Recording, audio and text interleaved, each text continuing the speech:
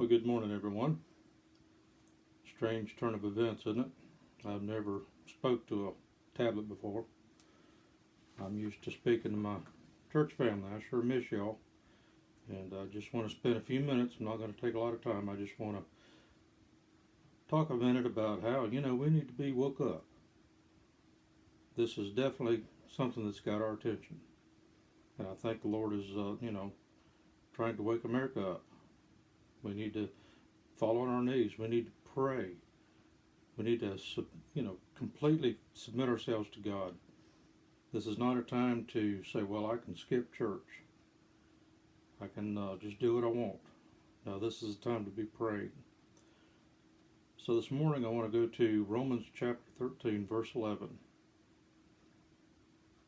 And that knowing the time, that now it is high time to awake out of sleep. But now is our salvation nearer than we believed. I'm not one of those people that can just hop up out of bed and get up and go. I have to have my coffee. You can ask Vicki. I can't start without my coffee. She don't even want to deal with me till I've had my coffee. But that's something that I do. Back when I worked, I couldn't just hop up and go to work. I lived in Yulee and I worked here in Callahan, and it was a pretty good ride. I had to be clocked in at 5:45, and so my morning started at 4:30. So that gave me time to get to work.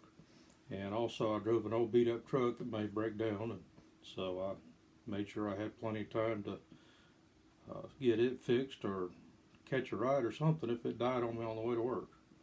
Anyway, when the alarm goes off, it means that sleep is no more an option. And that's something that we're seeing this morning. We're being woke up. This is our alarm. It's not a time to be lazy. It's not a time to be, lethargic. We need to be active. We need to be busy doing the things of the Lord. I believe that the church has three things that we need to really focus on. We need to be awake to our purpose. We need to be awake to our position. We need to be awake to the prophetic hour in which we live. This virus has our attention. God has our attention.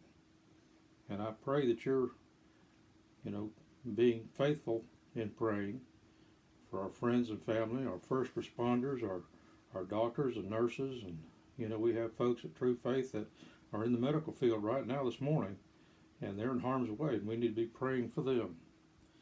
But first, I want us to kind of think about our purpose. Jesus gave the church the Great Commission. We talk about that. It's our job to go out and to make disciples, to baptize people, to teach people, to imitate Jesus, to be the example that we need to be. And that's something that, the Great Commission has told us to be, to go out and make disciples. In light of all this stuff, people are scared. The world, they don't understand the peace that we have, the peace that passes all understanding. We need to show them the love of Jesus. And we have the answer. We have the answer that will give that peace to those folks. The second thing is we need to awake to our position. 1 Corinthians chapter 15, verse 34 says, "Awake to righteousness, and sin not, for some have not the knowledge of God." I speak this to your shame.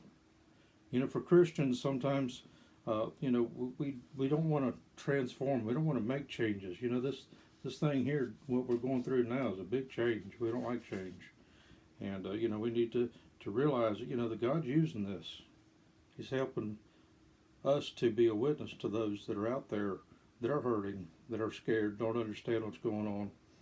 And we can be that witness. We can, as I've said many times, they're watching us to see how we're going to reply, how we're going to respond to all this.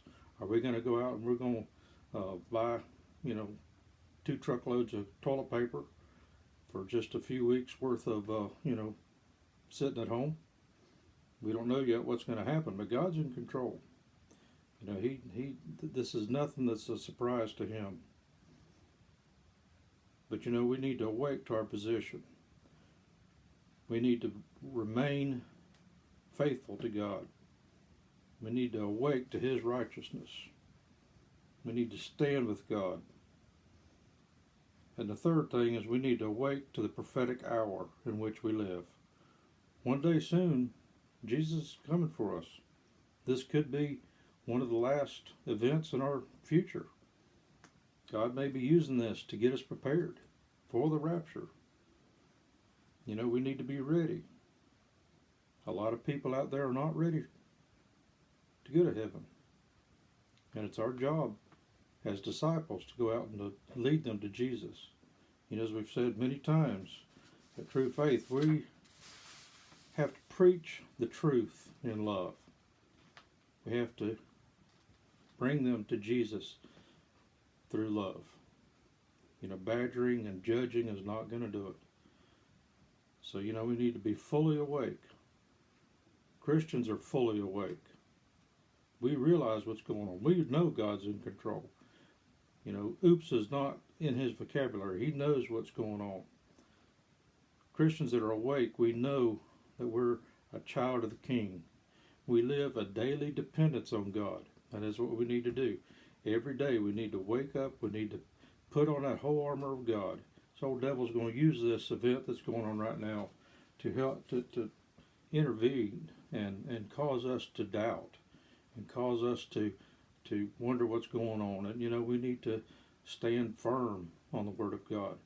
Like I said, this is not a time to rest. This is not a time to give up.